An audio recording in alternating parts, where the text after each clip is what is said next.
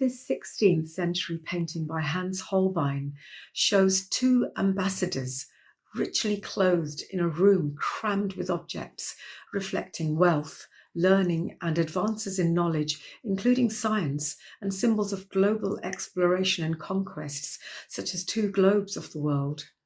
There is a sense of vanitas and memento mori, remembrance of death, in the large skull in the foreground, here painted in a technique called anamorphic perspective, only properly recognizable viewed at a particular side angle. Wunderkammer, or cabinet of curiosities, can refer to whole rooms of collections of objects, and they became popular especially from the 16th century when rich Europeans showed off objects from distant lands. This is a modern one, Theatrum Mundi, the World Theatre in Italy. Many people love to collect things, coins, toys, clothes, bottles, buttons, often ordered and carefully displayed. Joseph Cornell has created poetic relationships in a collection of small objects, their usual uses, colours, shapes, in a surrealistic juxtaposition, strangely combining things not normally seen together. Museums are full of objects, tiny or huge, such as the ancient Egyptian sculptures at the vast British Museum here, extraordinarily beautiful, huge and monumental, stylized depictions of the pharaohs, the rulers of ancient Egypt, yet still portraits of individuals.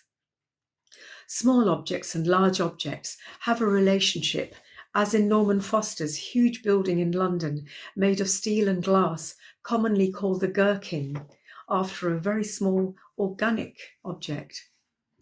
Zaha Hadid designed huge architectural projects, often inspired by small objects, such as the shapes made by sand dunes.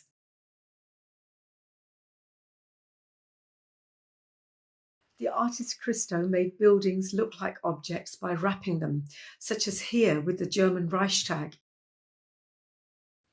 Here his temporary sculpture called the Mastaba, made of geometric shapes of stacked barrels, looks as if it is dissolving in the shimmering reflections in the Serpentine Lake in London, changing with the light and the weather. It's made of multiple long barrels full of air, small objects making a huge structure.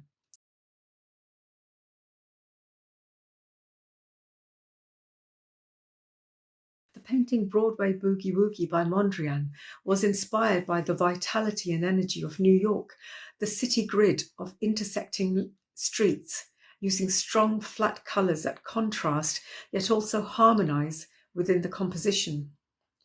Frank Bowling shows parts of a map in flat colours onto this canvas of loosely painted, rich and vivid colours with contrasts and harmonies, and often works very large. Here a change of colours and energies of paint is creating a different mood and different kind of space. And here there seems to be a sense of a map, perhaps the shape of Africa, on the left, almost indistinct, in a swirl of movement, again using paint in a fluid and dramatic way. Paint is made of very small objects, tiny pigments of colour in a medium, here creating a huge object, a painting of vast imagination. My painting is titled Minotaur, inspired by seeing a pagoda, a Chinese or Japanese style building, next to a pond with lily pads and vegetation. So there is not a clear reflection of the pagoda in the water. There is, however, a strange looking form in the middle, a suggestion of something hidden, with the title of the painting Minotaur, referring to the mythic half-man, half-bull of Greek legends. As with the skull in Holbein's painting, it looks strangely out of place. The paint marks and shapes and colours suggest a metamorphosis, things morphing from one thing into another, transformations between the observed and the imagined, with time passing, near and far, light and shade, in a state of change and flux. It is a landscape of sorts, or rather an imaginary scape, a space unfolding.